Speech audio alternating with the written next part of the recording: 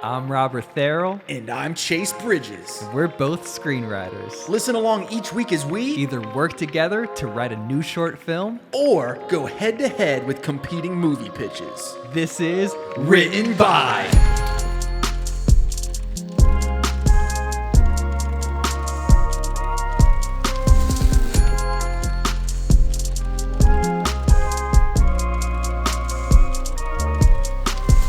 Welcome to Written By Podcast, number one podcast in the world. Right behind all the other ones. Right behind all the other ones. Guys, I don't know, man. I'm straight up, man. I'm just going to say it. Okay. I think we're the number one podcast in the world, right behind all the other ones, except for a few. You know, I agree with that. With that. There are a few podcasts. We're better than that. Yeah. Yeah. I see a lot on TikTok, and I'm just like, yo. Y'all ain't got the drip like us. Y'all don't have a written by hoodie, written by a wall. Hey, I need to wear my hoodie too. We should have coordinated. Hey man, it's easier for me because I live here. But to be completely honest, I've been wearing this thing even not on written by. It's a very comfortable hoodie. I wouldn't want to sell these. I'm not a big fan of the quality. I'm not either. The logo. I'm glad we tested some out just with us, but it is a comfortable hoodie though. Very comfortable hoodie. Yeah. So, this week is Rival Pitches. Yeah. Ladies and gentlemen, Written By presents Rival Pitches.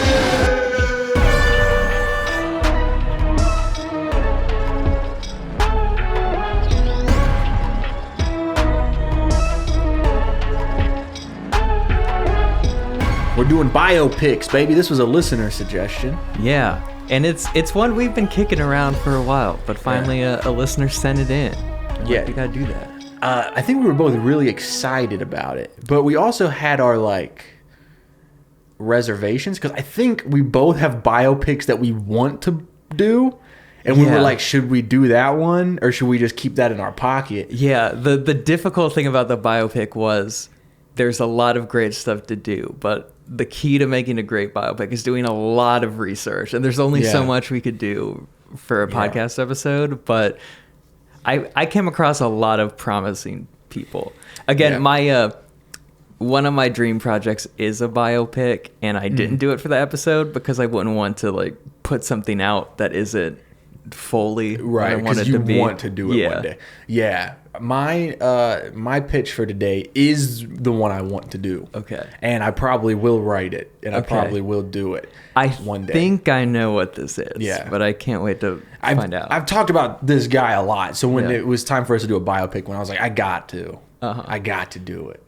Yeah. So, anything else you want to talk about before we jump in? I feel like usually our intros go on for a little bit, but we really jumped right into it. Yeah, I think now let's get to these biopics. Let's learn about some interesting people. One thing about biopics is for most directors, that's their Oscar bait movie. Yeah. It's like either they're a director that does blockbusters or they're up and coming and they want something serious that's going to make a splash, or they do a lot of experimental stuff, but they need something that'll pay the studio bills. So, do you think this would be your Oscar bait movie, the one that you did today?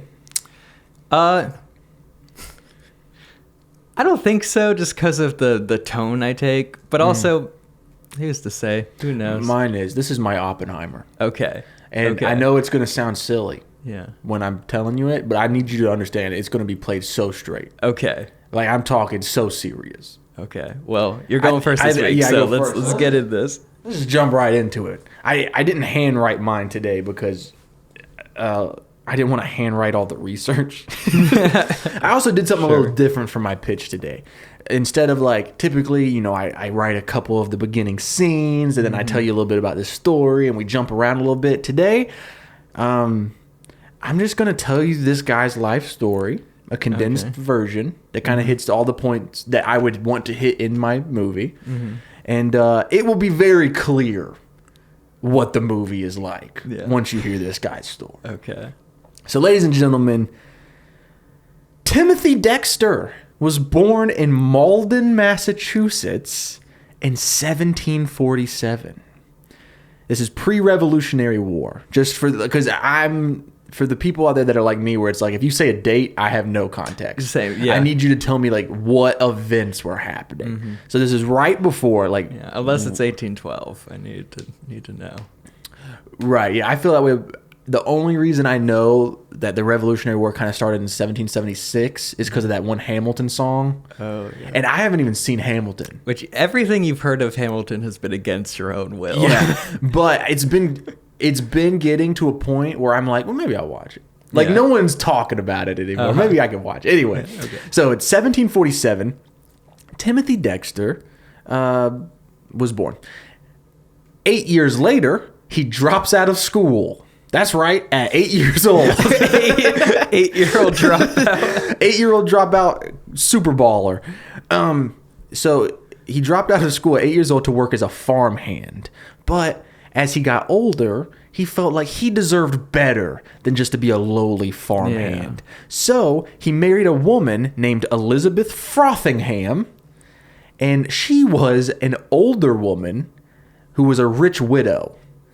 And he was this young man and decided she needed some company. So he married her and got her fortune.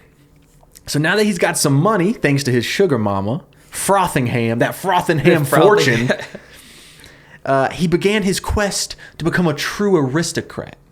He wanted to be one of these fancy dudes with the wigs and the hat. And now he's got a little bit of money. And so for his first step, he thinks, okay, all the rich guys that I know are in positions of power. I need to get some power. And so he's like, I'm going to run for office. Now, the town of Malden, they weren't so sure about appointing like a bumbling idiot with a second grade education. But he harassed them to the point where they were finally like, fine. And they created a position for him. He became the town of Malden's informer of deer. He's an elected official who's tasked with keeping logs on the local deer population. He had to have statistics about the does and the bucks, and he thought he was killing it. Like, day one on the job, he was so excited and just full of this narcissistic pride because he did such a great job. First day, he triumphantly concludes to the town what everyone else had already known, which is there was no deer in Malden. And so he was like, yo, nailed it.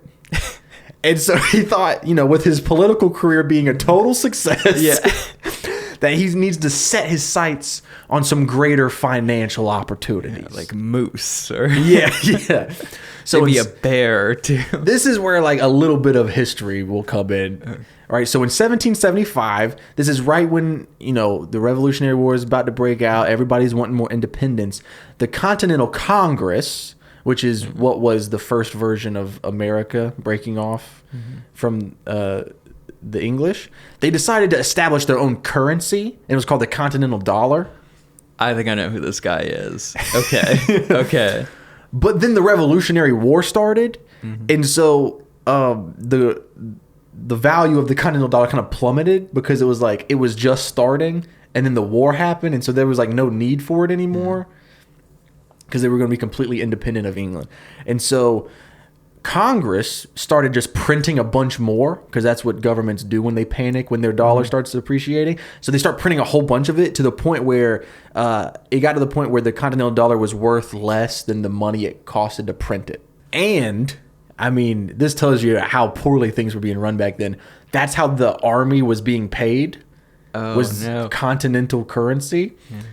And so when the war ended, all of the veterans were like completely broke because their money that they were paid with didn't hold any value. Yeah.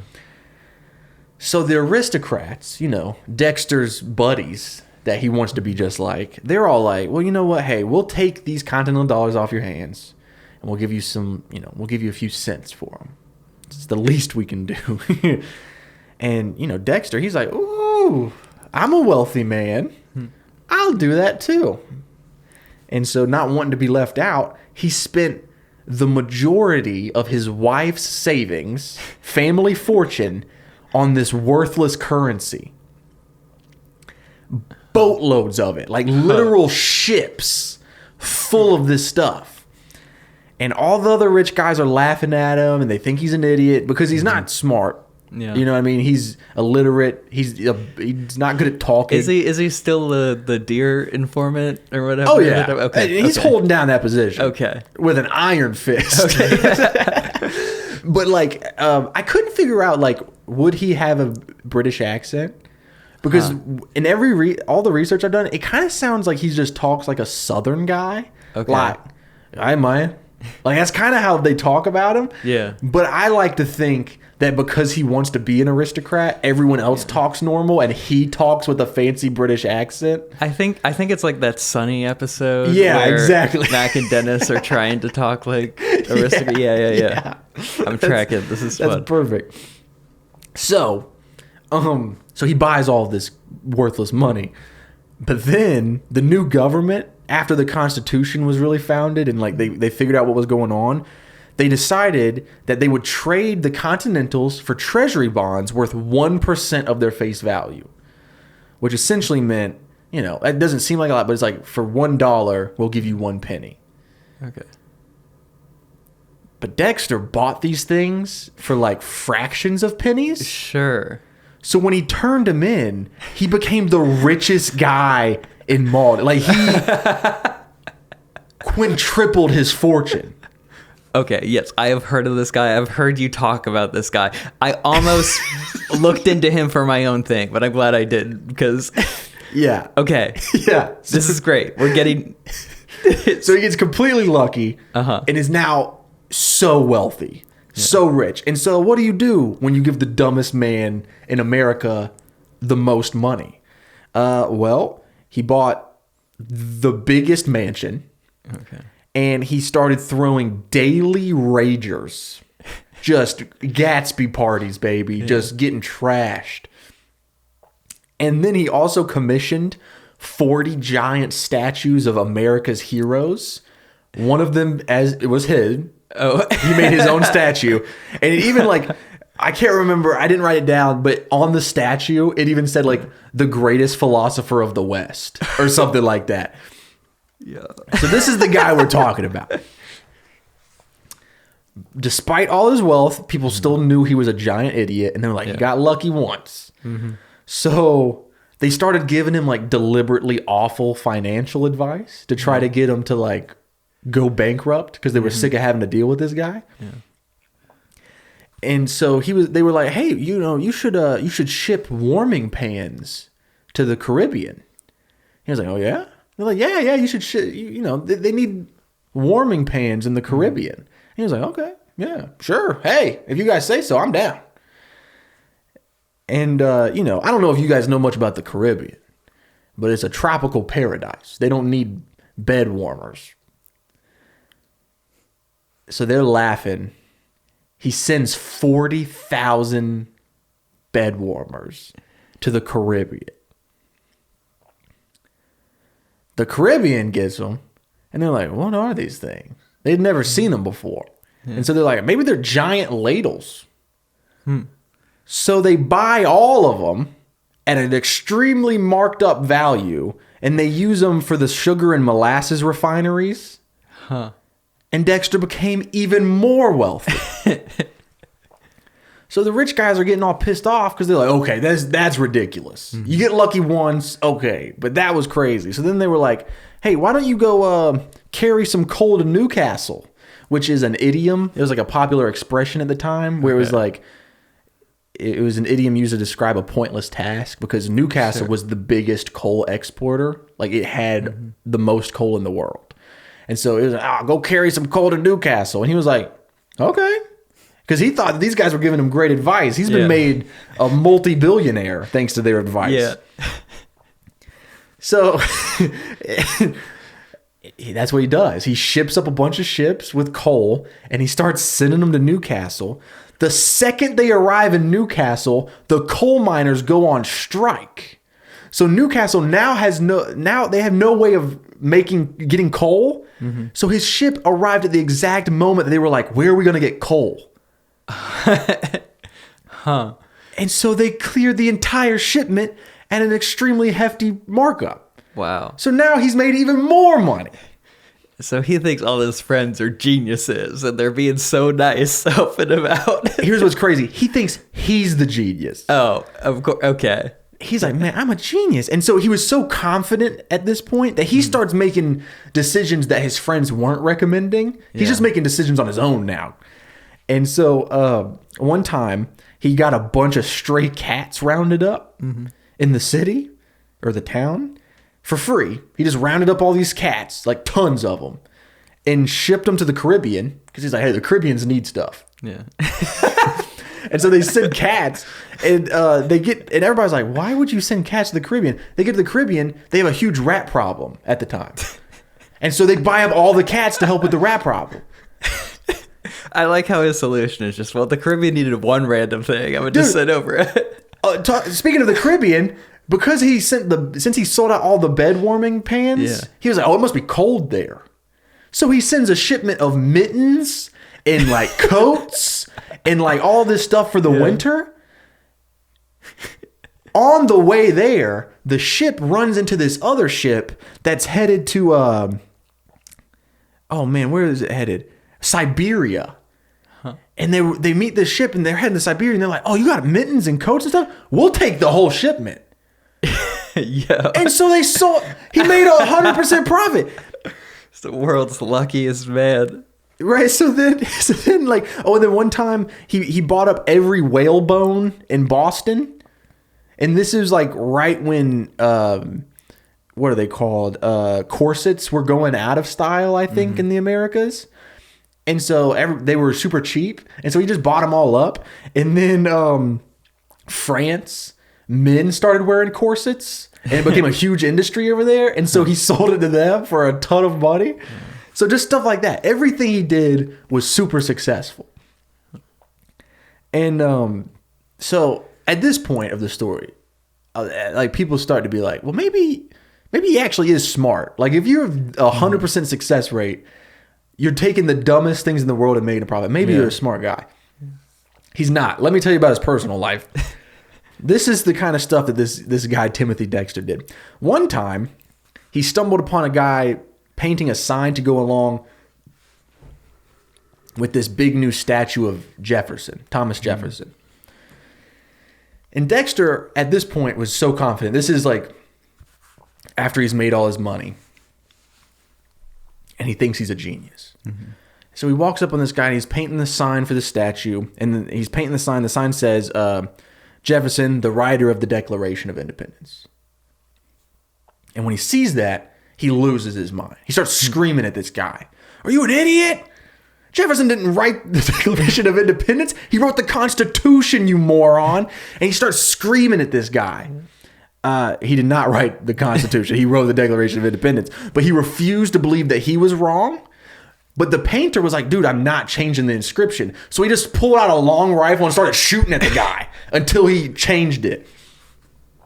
Also, I feel the need to explain, like, it's not like at this point it was 20 years, 30 years after it. It had just happened. It just happened. Like 5 years before. Yeah. And it was like a big deal. Let's see, what else happened? He had all these weirdo yes men. Like any great moron that finds himself in a position of power, like Elon Musk, for example. They all have yes men, right? We know a couple. Yeah. And one of his best yes men was this guy named Jonathan Plummer. And Dexter paid him to be his own personal poet. And he would write these amazing poems just about Timothy Dexter. Him. Only problem was Jonathan Plummer had never written poems before. He was a fish salesman and a porn artist. Huh. And you know that John Mulaney bit where he's like, the guy's a drug dealer just because John Mulaney started giving him money to give him drugs? That's what this guy was with poetry. He only went along with it because the dude was paying him a ton of money to write poems about him. Dexter had 2 children with his wife, who he hated. Yeah. This is the old lady who he married for her money, but he hated her. She was always nagging. That's what he said. He's always nagging. But he had 2 kids. This is how his kids were described. He had a son who was a half mad drunk, and a daughter who was a completely mad drunk. And he couldn't stand his wife so much that he would tell guests that he wasn't married and there was just a ghost that lived in his house. So he would have guests over and his wife would walk in the room and he would be like, "Hey, sorry, the ghost. There's a creepy ghost that lives in this house." And so the guests are either like, "What is he on?" or "Oh no, I've seen my first ghost." Well, this is the Revolutionary War, man. I bet there was ghosts everywhere. Yeah. But yeah, so he was just like, "Oh, that's a ghost." And I mean, this is a terrible dude. So like he was beating her all the time. You know what I mean? Yeah. And so like I just like that he was like this old woman walks into the room and he's like, "Ah, ghost," and starts beating her with a shovel or something. Really terrible stuff, but funny. So this is something funny Dexter did, and I think this would be kind of like the big climax of the movie. You know, towards the end, he decides to fake his own death. I think I remember something about this. He decides to fake his own death because he wants to see who would show up to his huge funeral. Okay. So he throws this giant funeral service. He doesn't tell his wife and kids. They all think he's dead. Yeah. 3,000 people show up. And he's in the bushes watching. And he is so happy. He's like, "Look, 3,000 people are going to come to my funeral. They love me. Everyone loves me." But then he sees that his wife isn't crying. I wonder why. So when he sees that his wife isn't crying, he jumps out of the bushes and starts beating her with a cane in front of 3,000 people. So this is this man in his prime, right? Yeah. This is him. But as he gets a little bit older, he decides he needs a legacy. And so he starts writing a book called A Pickle for the Knowing Ones. And that's the name of my movie, A Pickle for the Knowing Ones. Yeah. And this book was about 20 pages of unhinged ranting and complaining about politics, religion, his wife, and like whatever else came to mind. There was no punctuation. The capitalization was random, like the middle of a word would be capitalized because he was illiterate. He had no idea how to read or write. And he had like the worst spelling of all time. He spelled George Washington Jorje. George. Like, it was crazy. You can look it up online. The spelling is insane. You want to know the worst part of this book? What? It sold like crazy. Really? It was a huge success. I mean, I could believe it because Drake put out a poetry book 2 weeks ago. Have you heard anything about this? No, I haven't. Oh, it's fantastic for a lot of the same reasons. Like, it sucks. He at least has punctuation, but it's good. Well, maybe he got all his poems from Jonathan Plummer. Probably, the fish salesman. Yeah. Okay, so it's a huge success, but he did get a lot of complaints about the lack of punctuation and like spelling. And so what he did was, in the second edition of the book, he put an extra page at the end full of nothing but punctuation marks. I've seen this. And it had a little note, and it said, "Anyone who feels like whining can just stick these wherever they want." That's actually the first smart thing he's done. That's the first purely smart thing he's done. That's actually incredible. So, ladies and gentlemen, this is the story of the absolute dumbest, terrible, despicable human being who just also happened to be the luckiest man of all time. And this is going to be my Oppenheimer. Because who better to play an absolute moron from the city of Malden, Massachusetts, than this absolute moron who lives in the city of Malden, South Carolina? Thank you. It's a solid, yeah. Thank you. This is gonna be my Oscar. Yeah. When I play it with the sincerity of Cillian Murphy in Oppenheimer. Oh, exactly. He's so serious about how books don't need punctuation. Or they need mittens in the Caribbean. And like, it would be funny because like this guy would also say, "I am become death," but he would think that's the proper way of saying this. I love him thinking that is Cillian Murphy Oppenheimer in his own world. Yeah. But we also see the outside where none of that is. It's not what's happening. I love it. The thing with all biopics is like it's hard to it's hard to find conflict in the drama of anything. But I think that story has, I think you could center a lot of the conflict on the feud between he got super rich by accident, a bunch of other rich people are annoyed and want to take him down. I think that could probably sustain most of the movie. I think like the majority of the second act would probably be them in that like office room in the town hall or whatever, and them going back and forth like, oh, maybe you should send warming pans to the Caribbean. And he's like, oh, okay, sure, yeah, I can do that. Oh yeah, absolutely, yeah. I could picture it as speaking of Oppenheimer, it's fresh on our minds. Yeah. Chris Nolan kind of based the dynamic between Cillian Murphy and Robert Downey Jr. Off of the movie Amadeus, which I think Amadeus would have a super similar tone to what this movie would be. You should check it out. I've seen Amadeus. You've seen that? Okay. It's been a long time. Okay, I thought you said you hadn't seen it, but okay. Wait, Amadeus is in like the biopic about.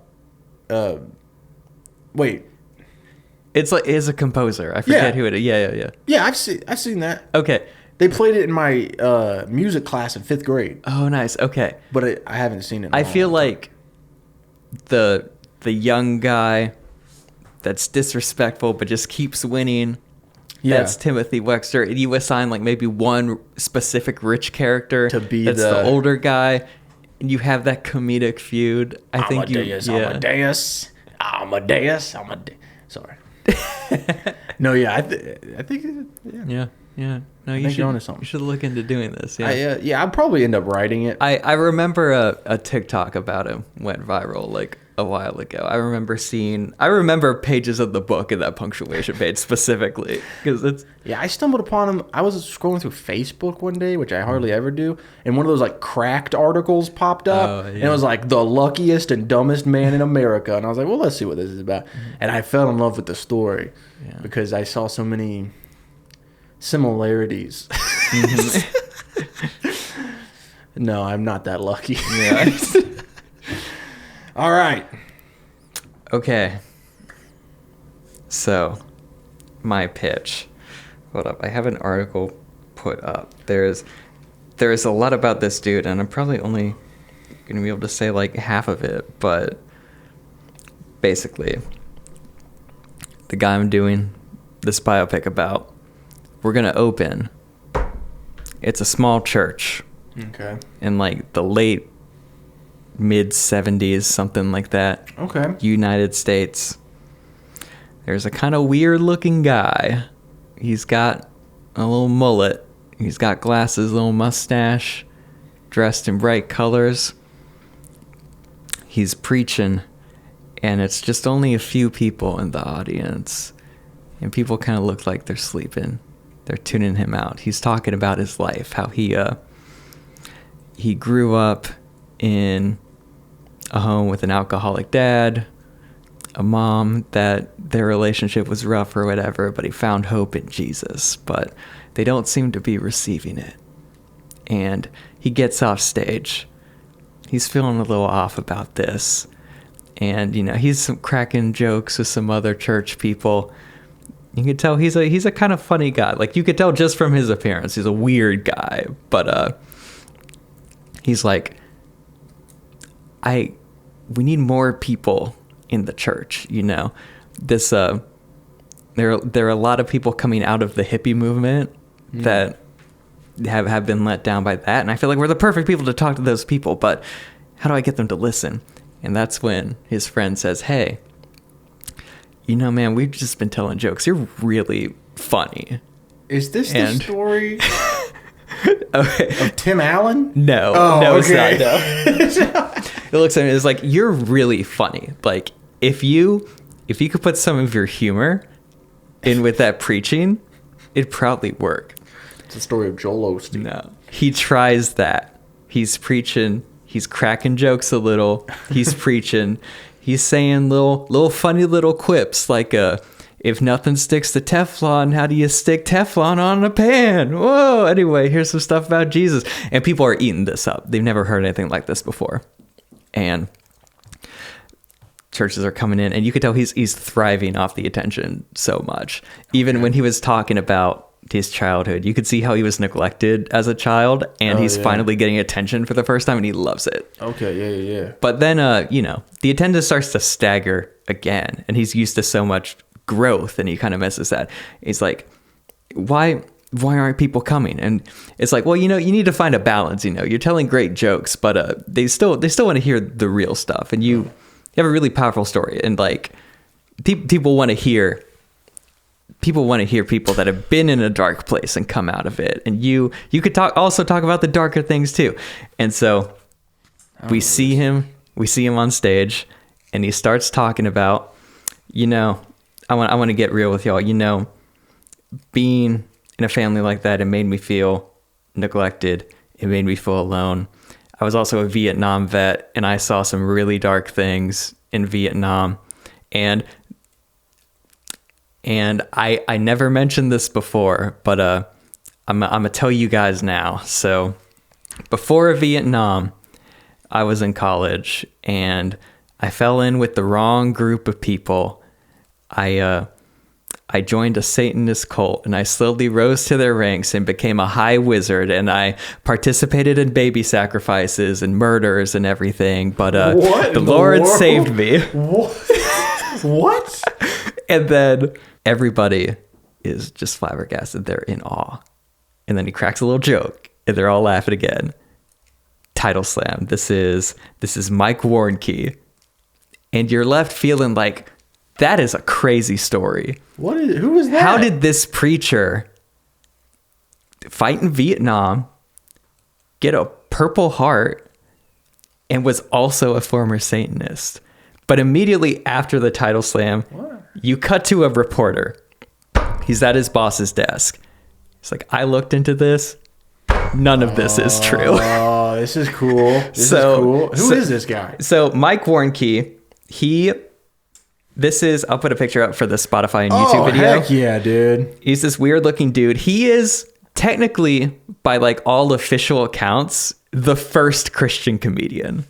Hot dang.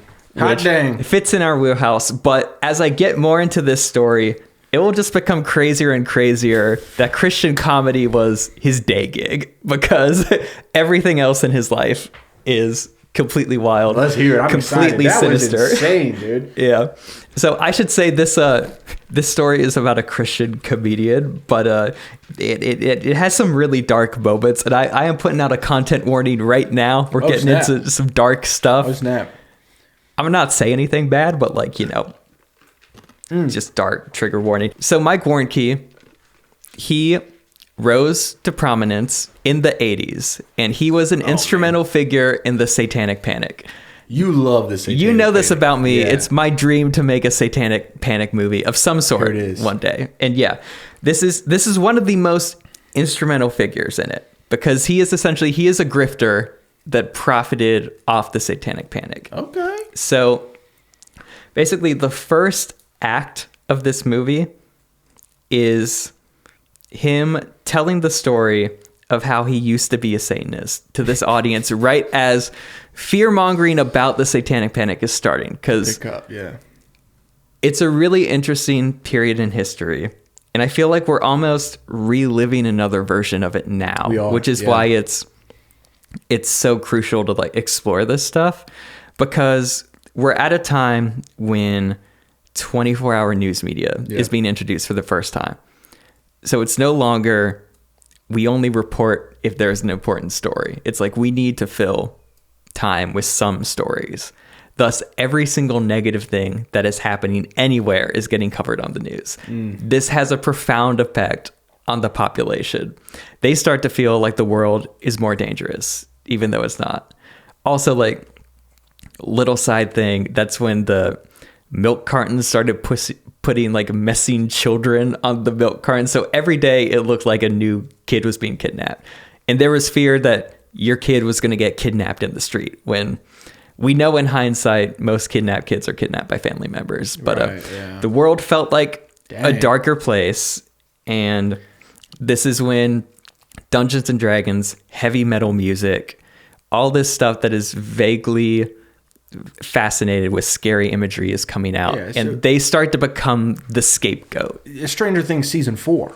Exactly. Which there is so much 80s nostalgia, but like Stranger Things season 4 is the only like 80s nostalgia thing I've seen that like starts to touch on that, which is which is weird to me. But yeah, that's the time period we're living in, and people like him, he notices. Now again, he is the last person you would expect to ever be a Satanist. He's a really goofy guy. He looks like Weird Al. Yeah, he's a more heavyset Weird Al. He has big, thick glasses. He has a mustache. He has a mullet type hairstyle, which I looked it up. It is called the Tennessee Waterfall. That is the name of the hair. Hey, I might be getting one. Yeah.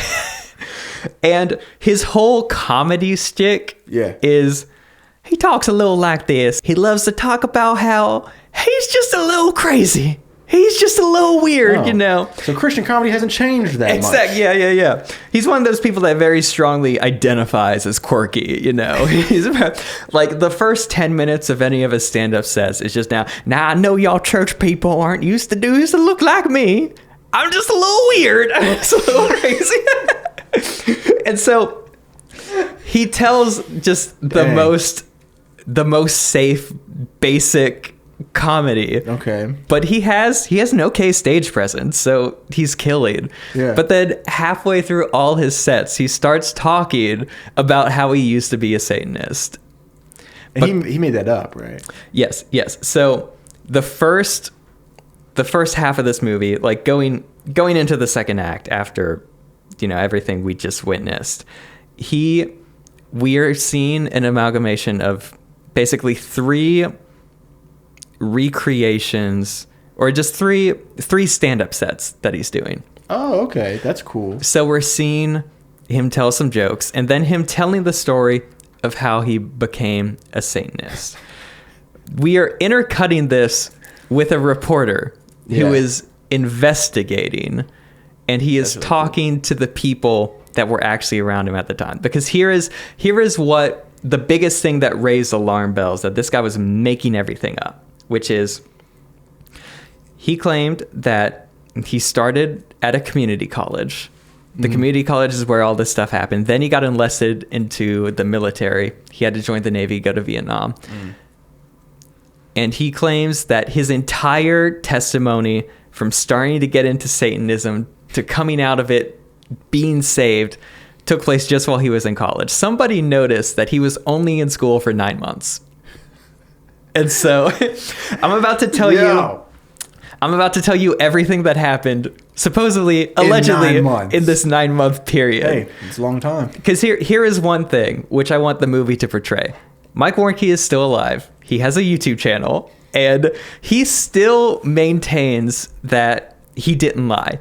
Oh, snap. So he's doubling down to this day. So he will say that he embellished some stuff for comedic and entertainment purposes. How big of him. Yeah. And he also changed some details to protect some names or whatever. But that's crazy. What's his name? Mike Warnke.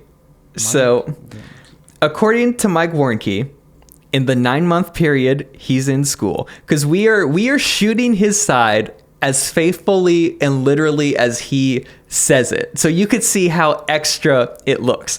But in school, he went in just a fresh-faced freshman. He made a lot of friends. He had a lot of friends, and everybody thought he was so cool, and they went to him for advice about everything. Now this is what he's saying. That's what he says, because he's just that guy. He's that guy everyone likes. He eventually, just out of curiosity, with some friends, they start a fraternity together, and the fraternity people are like, hey, we know of this Satanist cult, and we're going to check it out. You want to come with us? And he's like, yeah, I'm going to do that. And from there, he got hooked on drugs. Oh. First, it was weed. He smoked a little weed. But it was a gateway drug. It was a gateway drug. He eventually started doing heroin. Oh, that's a hell of a gate. Yeah. He gets addicted to heroin. He apparently is shooting up so many needles. He has scars on his arms, which we're going to see in these stand-up sets. He's wearing short sleeves. There are no scars, but no one seems to notice this. Hell yeah. He gets heavy into heroin. He almost ODs on the heroin. Oh, man. People leave him out in a dumpster to die, but he manages to survive. Apparently, his school is one of these schools where they're testing out LSD. He also gets hooked on LSD. And we're instantly going to cut to this reporter calling the school. It's like, hey, did you test people on LSD? No. The person on the other end bursts out in laughter. They're like, who said this? A guy named Mike Warnke. They burst out in laughter, hang up. This is a common thread. Most people this reporter contacted about Mike Warnke, he was just immediately met with laughter out of how outrageous this was. But so Mike Warnke, he has his whole drug escapade. Yeah. From weed to heroin to LSD. That's right. While he's hooked on this drug, he gets involved in this Satanist cult. And he starts off small. He starts out as one of the little guys. A baby Satanist. But he works his way up the ranks. Well, you have to have ambitions. He becomes the high priest. He becomes the high priest. You had that grind set, baby. Yeah. He, at all times, he had at least 2 women that wanted to have sex with him. Because, again, he's such a cool guy. He's such a cool guy, and he's the high priest. And so... Yo, man. Yo. I immediately was like, that's such a thing with, like, someone who obviously didn't to say. Yeah, 'Cause it's like 2 whole women. Yeah. At all times. Yeah. I think of that Chris Rock joke where he's like, yeah, I had an affair with 2 women. And then he's like, I know what you're thinking. I work at FedEx. I got more hoes than you. Yeah. No, you are getting at the exact thing, because we are immediately going to cut to a reporter talking to an old friend. It's like, did he have 2 women at all times that were always having sex with him, even when he didn't really want to have sex because they just wanted to have sex with him so bad? It's like, no, of course not. He barely had friends because people found him to be a little annoying. Dang, man. It's like, wait, so no one ever came to Mike Warnke for advice? It's like, no one would come to him for advice. How funny would it have been if they'd been like, hey, did this guy have 2 women on him at all times? And they were like, are you kidding me? He had 4 women at all times. But okay, so he apparently becomes the high priest of the Satanist cult, where at the time they are regularly doing human sacrifices. And this is why there's a content warning, because apparently they were involved with a lot of ritual rape too. Ooh. Because this is the thing that everyone is scared of in the 80s. He claims that. He does go into detail about one alleged event that I won't, even for this podcast, with a content warning. But and he says that he did it? Yeah, he says he did this on stage. He does give the caveat that he never participated in anything sexual. He claims he was just around when these things were happening. But also he says he was the high priest. But again, we're going to show him during his stand-up sets talking about this, just to drive in how crazy of an era this is. Everyone's going crazy. He openly admits on stage to being a part of assault and rape. And everyone is like, but he's good now. That's not even the word, like, because he's already worked his way up to the high priestess. He's the high priest. He's given this crazy number for the amount of people this cult has killed. He says there are about 1,500 people in this cult, and he's in charge of them all. But then he starts to travel. He travels around the country. Wow. He claims he went to a Satanist convention in California, and there he met a little guy named Charles Manson. Hey. And he and Charles Manson were great friends. I believe that part. Like, if you're going to have a cult meeting, like a satanic cult meetup in California, he's probably there. Yeah. We cut to the reporter. He's looking at some old papers. Oh, no. The year before he enlisted into the military, when he was in college, Charles Manson was in jail. There's no way they would have met. Maybe the meetup was in jail, you know? That's where most Satanist cult leaders hang out, I think. I also want to point out that throughout the time, we're going to pull from like about 3 different stand-up sets. throughout all these sets, he is also, we're going to cut from him saying the darkest, most disgusting thing Yeah. to all these jokes, which are Clean, fun jokes. yeah, and you know the vibe Yeah, I of got Christian you. comedy. So it's You like, know how does Moses make his coffee? He brews it. yeah, Like that. exactly. Yeah. And then we're seeing people in the audience. We are going to specifically hang on a father and a son, and he kind of ages a little, like just a little, like by a year or Yeah. two throughout all these, because they'll become important later. But the reporter starts digging a little more. Oh, he also, throughout his cross-country excursion, he says he marched with Martin Luther King. I mean, hey, Satanists don't believe in racism, you know? Yeah, which it is. It's weird and telling to this culture that at his evilest, he was still wasn't a fighting for racist. civil rights.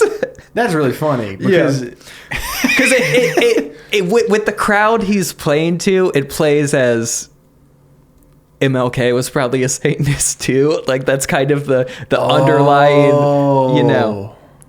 Dang, Yeah. man. But anyway, all this from just starting a little fraternity with his friends, getting hooked on every drug imaginable, Right. working his way up to high priest, traveling around Got it. the country, commanding 1,500 people in a cult, Manson. all supposedly happened in 9 months. Hey, great way to spend 9 months, I Yeah. think.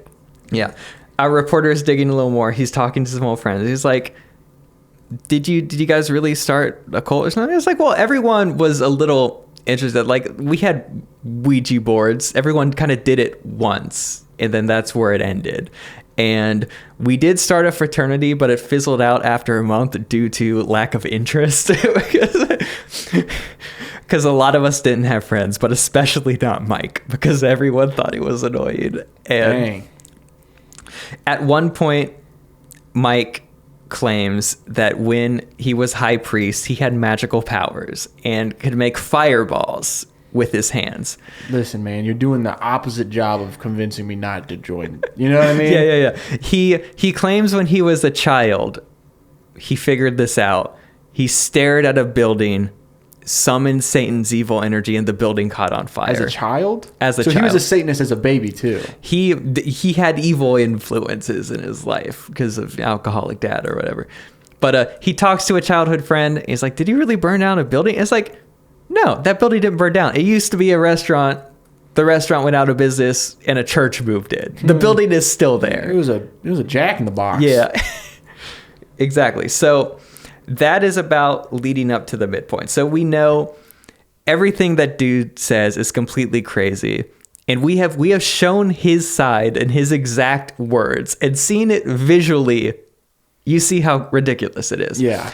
But the midpoint is he's finishing up one of these talks, and he really drives it home as I was in here in this dark cult, but Jesus took me out. When I had to enlist in Vietnam, some people there introduced me to the gospel. You cut to a reporter talking to someone, and he's like, oh no, he went to Campus Crusade for Christ in college because he liked a girl there. That's when he converted, not even in Vietnam. But still, he's driving it home. And, you know, there's a lot of dark stuff going on in the world right now. You see it on the news. You see it in the papers everywhere. Kids are getting snatched up. The world needs this message right now. And if you help me out, me and my team are going to save people. But you guys need to be on the lookout because these satanic cults, they're here.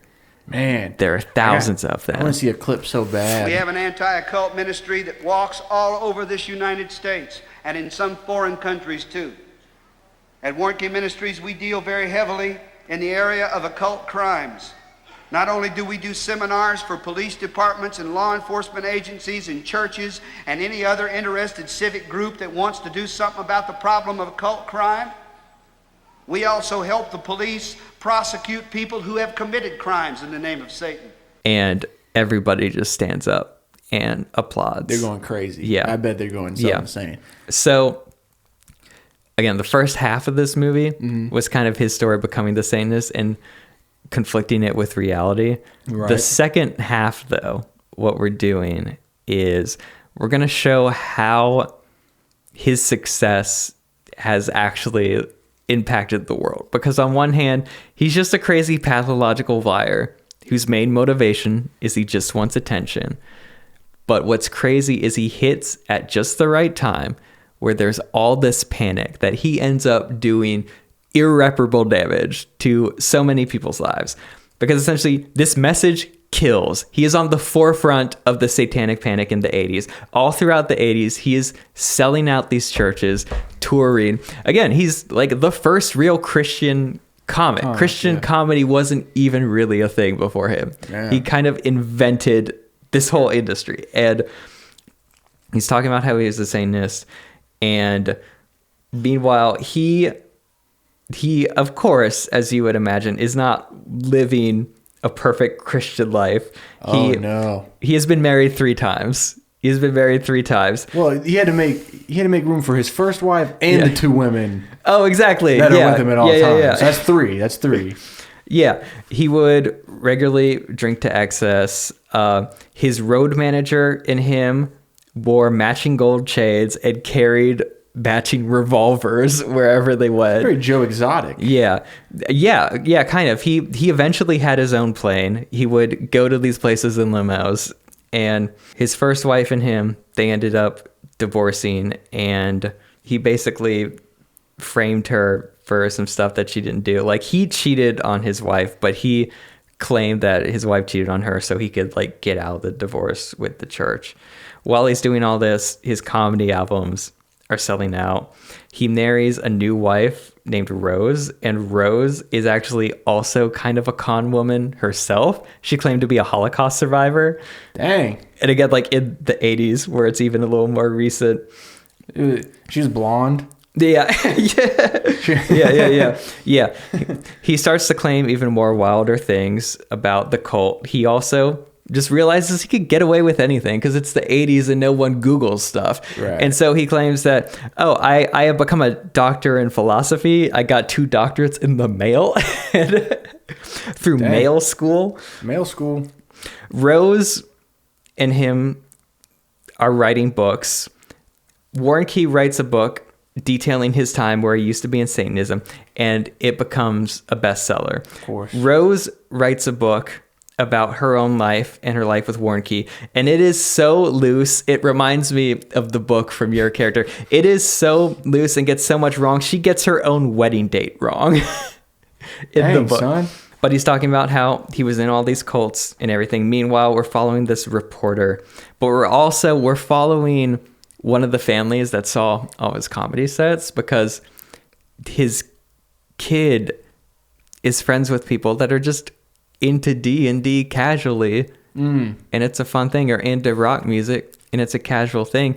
He even dips in every now and again, but then his parents start to get really worried and start to try to frame these other people for essentially being secret cult members. And the thing is, the police department took all this incredibly seriously. Mm-hmm.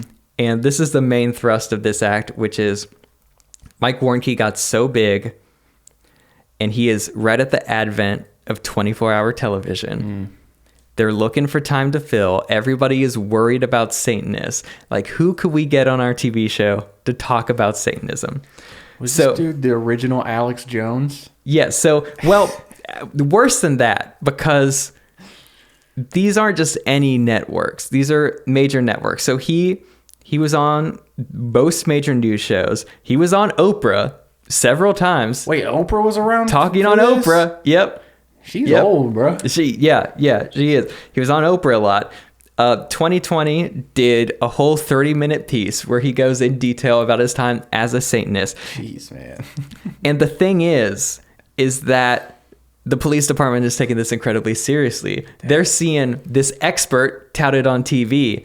And so local police departments and eventually the FBI start talking to him. It's like, you need to be our guy on the inside. Like, tell us everything about these cults. And he is so deep in the lie, he can't say anything else. And so he gives them all this information about how there are all these cults with 1,500 people.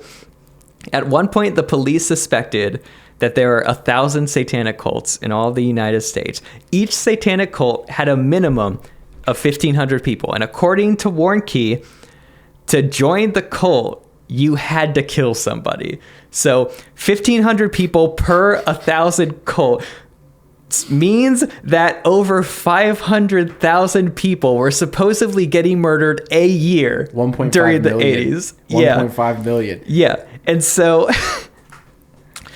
the police department was taking this incredibly seriously, and it was going to take a good 5 years before they realized 500,000 people aren't disappearing each year, or else we would know about it and we would find bodies. Yeah. But again, they think this is an incredibly pressing issue, and so they start arresting a bunch of people that again are just into innocuous stuff, that are just into stuff that is slightly countercultural, maybe a little too into music.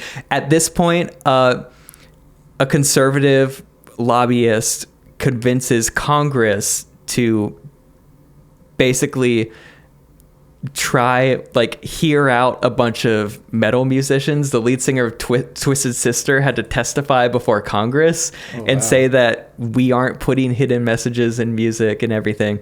And this is when we're going to see stuff that involves the kid. Like, he's going to drive past people that used to be his friends and they aren't going to be hanging out there, or he's going to see an older person that he knew that's into music, like, being taken away in handcuffs and everything. Dang. And that's when it's like, this dude is funny and all his stories are funny, but like it's not funny what he caused. Exactly. Yeah. He also he beat his second wife and they divorced, and he threatened her if she ever told anyone, so she didn't tell anyone about later. And she's a notorious liar, but somebody else did corroborate that a store clerk saw she was beaten up or whatever. So that did happen. Mike Warnski and his new wife started Warnski Ministries, and they were taking a bunch of donations, just saying they were going to help former Satanists. They made a ton of money. Exactly. They made a ton of money. They made a lot of money. They made so much money that he started his own satanic cult. That's how much money he made. Yeah. So this is like the really dark moment, but our reporter finally gets this story done. He has interviewed all these hundreds of people. I've read the report. It's for Cornerstone Magazine. They're a Christian magazine, which is probably the only reason it took, was because it was coming from other Christians. But it is very thorough, and he interviews a lot of people. And so there is no doubt in anyone's mind that he did this. The article gets published, and I want to have this really good monologue moment for the reporter. Kind of drives home the theme, because again, we're living in it again right now. Because we see it happen in the 80s. It's happening again. Like, anytime media changes, that makes misinformation all the more possible, because we haven't figured out the new media. The 24-hour news, we didn't have it figured out. A lot of stuff got slid under the cracks, and all of a sudden it's like we're back in the Salem witch trials, and we're believing this random stuff with no evidence. We've seen that again because the internet has come up, another new form of media that we don't understand. It's like, again, culturally, we've taken a step back a little, to the point where a year and a half ago, hundreds of people went to DC because they thought JFK Jr. was going to come back to life, And just this monologue that gets at, we need to publish this story, because when times are scary, we envision these scary monsters, and we create these grotesque images that personify the scary things going on in real life, and people latch on to that, but it's not enough. Like, people want someone to blame for their problems, and the image of these monsters gets assigned to the easiest person to blame, the most vulnerable person that can't defend themselves. But in reality, the monsters don't look like the vampires or the goblins or ghouls or anything. They look like Warnke. They look like these fun-loving, just little goofy guys that have your best interest in mind, but are secretly living this double life. They don't have sharp teeth. They don't have red eyes. And if we think that's what monsters are, we're never actually going to catch any monsters. We need to put this monster to rest. And so the story gets published. Immediately, Warnke denies it, but it is just too thorough. Eventually, he tries to say that, well, I had to embellish some stuff, and, I changed a lot of stuff to protect some people, but it's all still true. I was still in the Satanist cult or whatever. But that kind of does his career in. And so where we leave him is present day. Mike Warnke I can't believe this dude's has still around. a YouTube channel. He still tours churches, not to the point that he did in the 80s. Right. But some churches will still have him. Yeah. And he will talk. He doesn't do a lot of comedy anymore. Well, yeah. But he will preach. And it's the story of someone that is just a pathological liar. And some of the interviews with the people that knew him, they said from a young age, he expressed interest in being anyone but himself.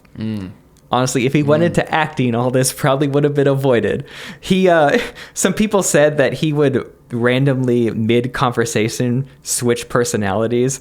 He had a few key alter egos that were called the Scotsman, the Jew, the Catholic priest, and the black guy. And Like as a bit, or do you think he could actually have been... as a bit, he will just talk in a bad accent. And when someone called him out saying, maybe you shouldn't talk like you're black, he said, I actually am part black because a gospel singer once told me I had a soul. And that's why I can do that bit.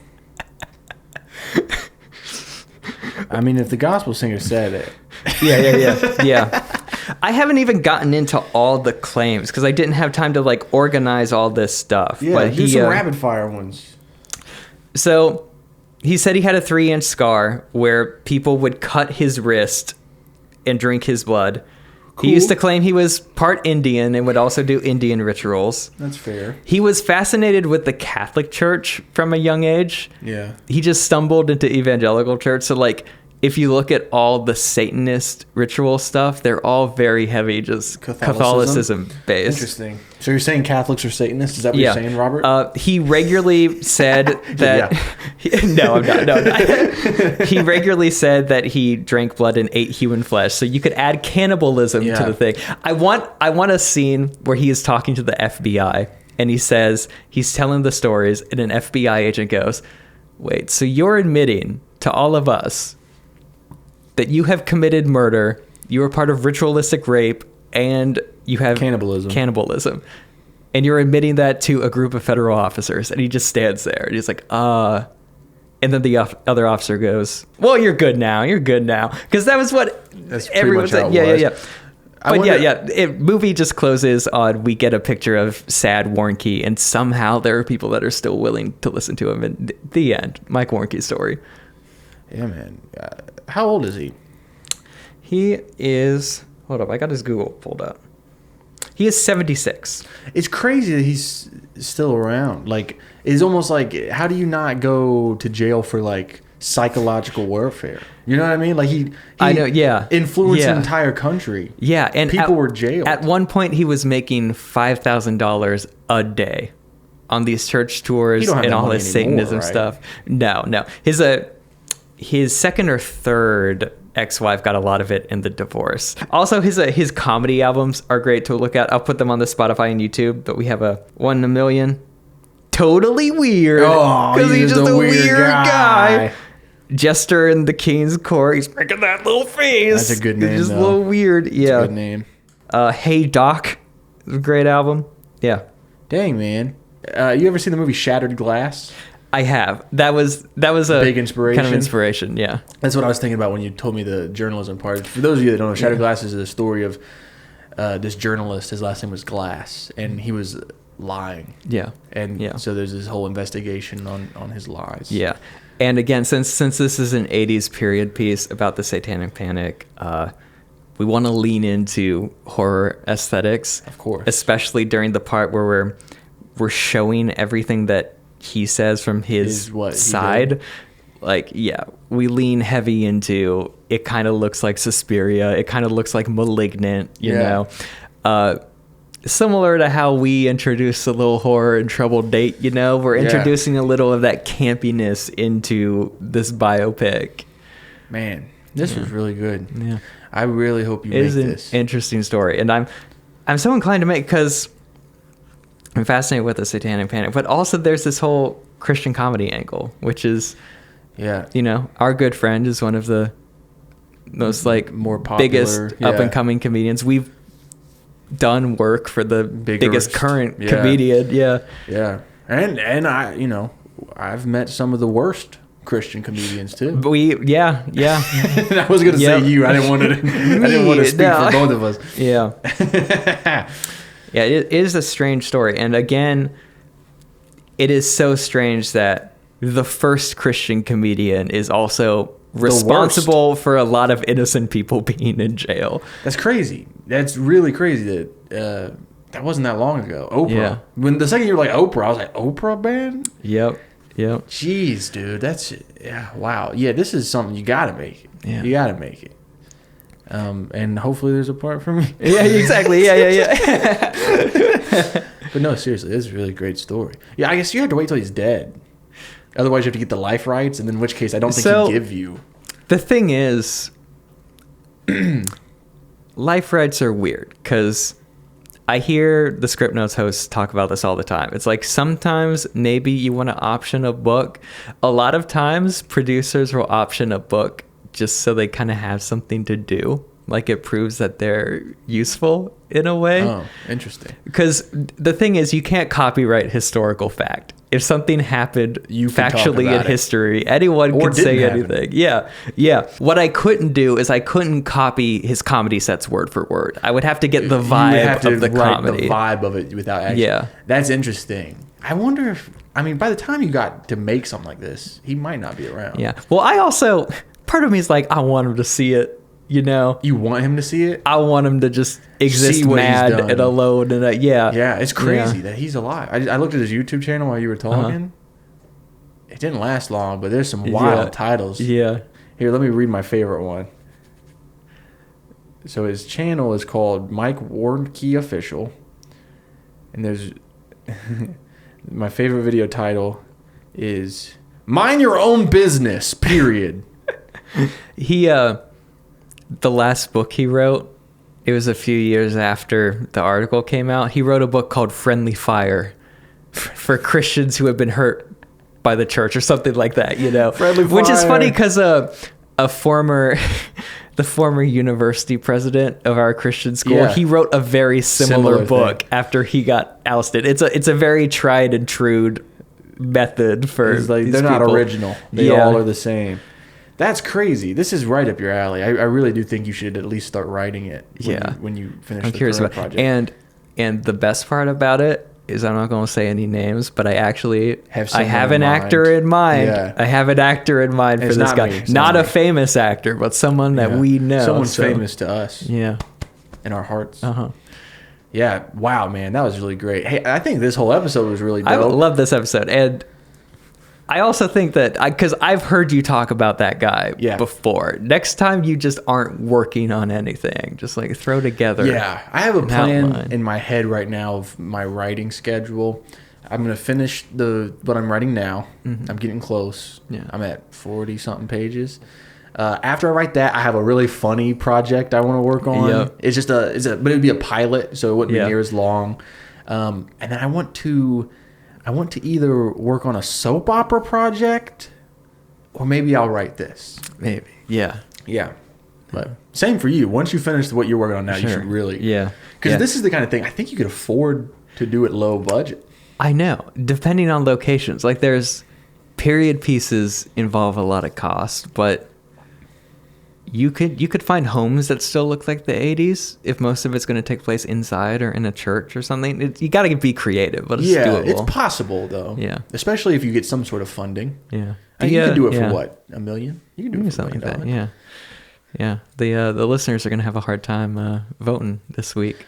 I mean, I sincerely would vote for yours because I really do think that's a crazy. I mean, I would vote for. I've heard people talk about how that should be a movie though. I actually, because in preparation for this, I completely forgot about Mike Warnke. Yeah. I looked into that guy. Yeah. But I remember that you talked about him, so I didn't do it. Yeah. And then I found this baseball player. Oh yeah, tell me about this guy. There's this baseball player. He was a pitcher, and at the time, he was the best pitcher ever. I can't remember his name, but he was a really weird dude, similar to your guy, which is he would regularly get distracted during games. Like if there was a cute puppy in the audience, he would just abandon the pitcher's mound, pet the puppy. During the off season, he would disappear for months, and then people would just randomly find him like wrestling an alligator, or it turns out he joined a theater troupe and was touring the U.S. for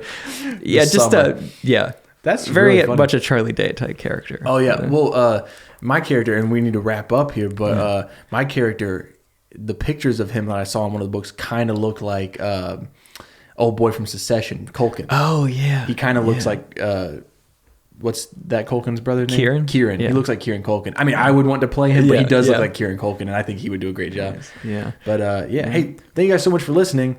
Yeah. This has been Rival Pitches. Yeah. Be sure to vote for which one's your favorite. Here are the minute pitches.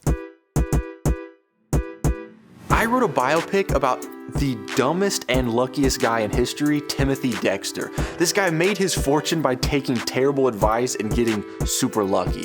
Everyone hated him, and so they would give him this crazy advice like, hey, you should sell bed warming pans to the Caribbean. And then he did it, and they used him as ladles, so he made a fortune, even though there was no need for bed warming pans in the Caribbean. And then he was like, oh, well, so since they must be cold there, because they needed all these bed warming pans, so he was like, I'll send mittens and sweaters and everything. And then the ship on its way to the Caribbean met someone headed to like Alaska, and so they're like, well, hey, we'll buy the whole stock. And he just kept getting lucky like this. And this dude was super absurd. Like, he hated his wife so much he told everyone that she was dead, and then they would come over and she'd be in the kitchen and he'd be like, no, that's her ghost. I mean, one time he faked his own death, and then thousands of people came, but his wife didn't seem to be that upset, so he got out and started beating her with a cane. This is the craziest guy of all time, and I think we need to tell his story. I want to make a biopic about Mike Warnke. Now, this goofy looking guy that you may not have heard of was the first Christian comedian ever, but that's not the crazy part. The crazy part is that he convinced an entire generation that he used to be a satanic high priest. Now, this is during the 80s, and he was one of the main instigators of the Satanic Panic, where everybody was terrified of satanic cults and hidden messages in songs and D&D, and it's because of people like him, because he was always fascinated with telling stories. That's what made him a great comedian. But he found out he can make more money by exploiting the church and telling people he used to be a Satanist. He ran a giant ministry, which was all a sham, and he ended up being exposed by two journalists because they realized some of his claims were pretty crazy. And listen to the full pitch, because some of the stuff he claims is super insane. Why do you still have the hammer? 'Cause I can't be contained. Guys, thank you so much for listening to that episode. This is one of my favorite. Me too. Yeah, Biopics. I think we both went hard in the paint on this one. we did. Yeah, it felt like one of those history podcasts I'll listen to every Yeah. once in a while, where it's like you just hear about an interesting wacky dude. guy, yeah. Y'all got to hear about two interesting dudes. Yeah, in a funny way. Yeah. You've done a lot of research on your guys since the episode. Oh, yeah, that's true. I think I mentioned in the episode, but I've been fascinated with like 80s Satanic Panic, 80s church culture for a long time. And I have a draft of a film somewhere where I was even like, I'm going to make a short film and I'm going to have a Warnke-esque person in there as just like a quick cameo. Oh, snap. Yeah. But yeah, I started diving more into his story. And actually, I got his book. Can I see it? Yeah, it's The Satan Seller. The Satan Seller. Yeah. And I found that book, and online I was able to check out the journalists that exposed him. That's super cool. Wrote a book which has like everything they came across in their research for the article, and then a bunch of interesting stories about how they, figured it all out. And so even like doing more research, there is stuff in my pitch that I would change a little. Like, I know more about Warnke's early life, and so kind of the first act, I was dramatizing a lot, but now I know more of what really happened. And even like some of the real life stuff is even crazier, because I think I had the journalist doing a lot of phone calls and stuff, but the journalists, like, back when they were doing it, they actually like traveled to a lot of these places and talked to most people. Snap. Like, reading their book, it almost felt like it was like a dumb spotlight, you know?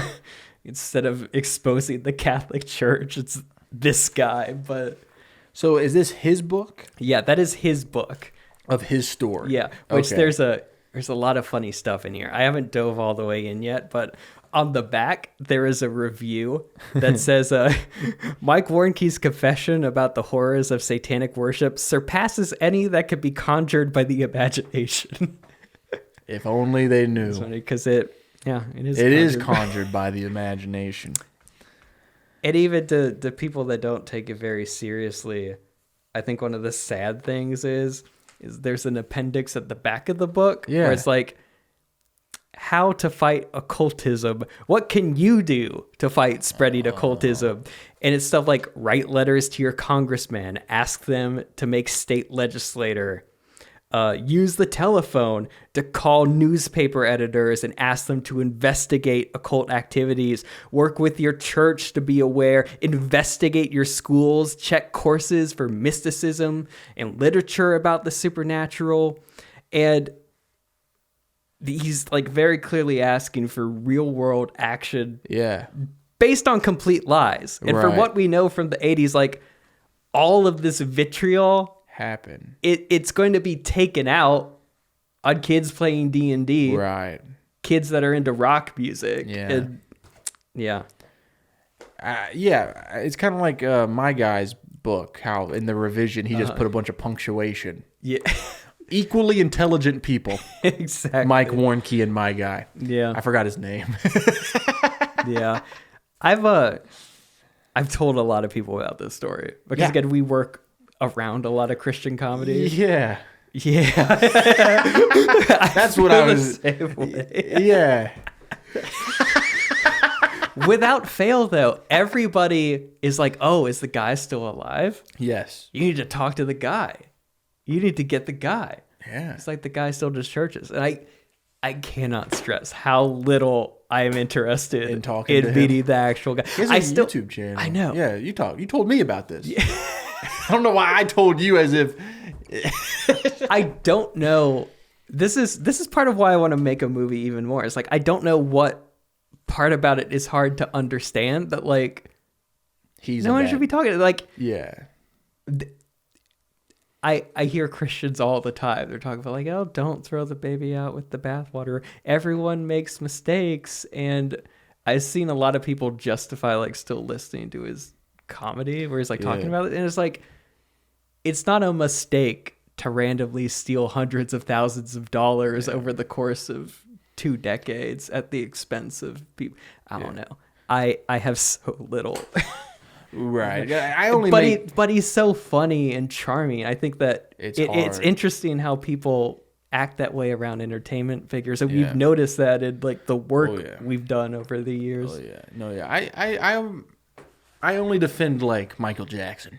Oh yeah. Thank you so much for listening to Written By. We've been having a blast these past couple weeks. We hope you have too. Our email is writtenbypodcast@gmail.com. Yeah. You want to be responsible for the next episode. This was a listener suggestion to do was. biopics. Yes, it was. And it led to one of our favorite episodes of this year. Exactly. Yeah. So keep your suggestions coming. If you got stuff you want to hear us pitch a feature film about, or if you have short film topics that go into our listener bowl, writtenbypodcast@gmail.com. Follow us on all of our social media at Written By Pod. You can find us on YouTube, Written By Podcast, or you can find everything, I'm pretty sure, on our website, writtenbypodcast.com. Thank you so much for everybody who makes this show possible. Taylor Lockery, Drew. Am I forgetting anything? I think that's it. Hey, we'll see you next week.